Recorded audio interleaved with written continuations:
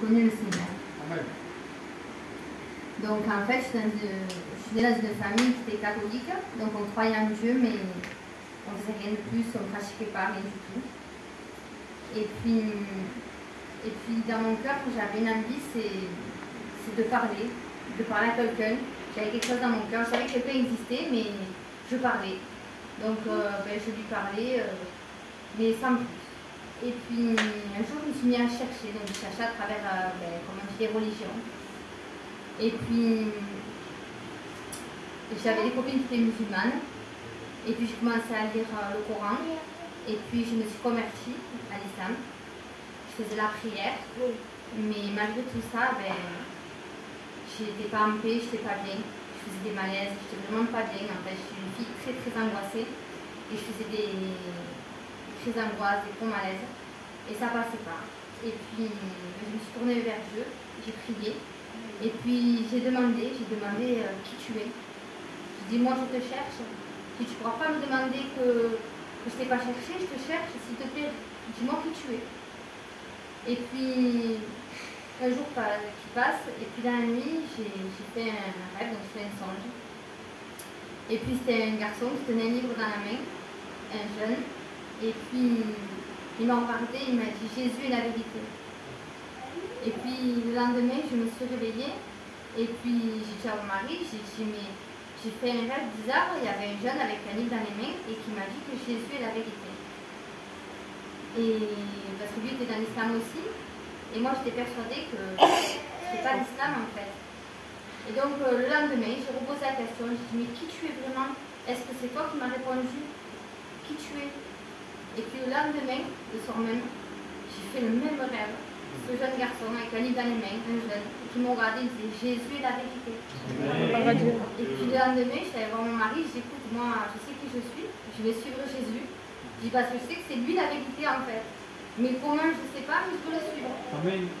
Et donc, il y a mon oncle, il faisait des réunions chez lui, et puis il m'a dit, écoute, Cindy, viens aux réunions.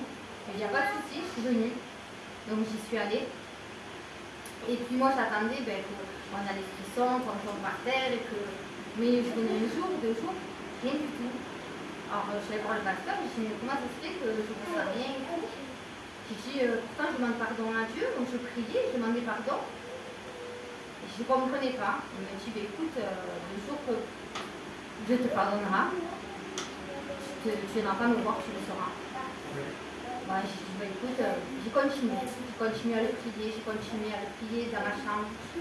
Pourtant, je priais un jour, 2 jours, 3 jours, une semaine, un mois, mais rien. Et mes angoisses devenaient de plus en plus fortes, mais très fortes. Et à un point que j'allais tous les jours à l'hôpital, mes parents c'était invivables, mes enfants ils viennent en faire, mon mari il n'en fait plus.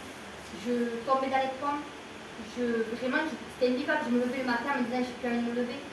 C'était vraiment, j'avais envie de me suicider, en fait, je n'étais pas bien. Et puis, j'ai une très très grosse crise d'angoisse, parce que je voulais décès de mon cousin, et j'ai eu une très grosse crise d'angoisse. J'étais dans la cuisine, et je me suis étouffée. J'ai eu une boue dans la gorge, et je me suis vue mourir, j'étais vraiment pas bien.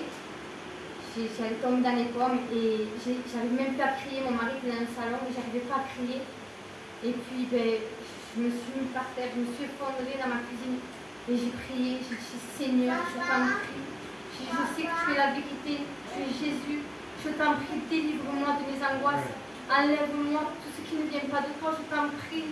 J'ai dit s'il te plaît, je veux t'accepter dans ma vie. Et puis d'un coup, j'ai ressenti, comme vous savez ce qu'il y a à l'hôpital, l'oxygène. On me dirait qu'on m'a mis quelque chose. Et que d'un coup je me suis mis à respirer. Gloire à Dieu. Et comme je dis, quand je suis née, j'ai pas autant respiré que maintenant. Je respire mieux. Gloire à Dieu. Je suis collée de nouveau en fait. Amen. Voilà, et donc j'ai appelé de suite un pasteur, j'ai dit, ça y est, Dieu m'a pardonné. Amen. Je sais que Dieu m'a pardonné. Je me suis sentie bien. Et depuis ce jour, je suis le Seigneur. Parce qu'il m'a réalisé ce que je voulais, il m'a délivré. Il m'a délivré, je suis une personne nouvelle.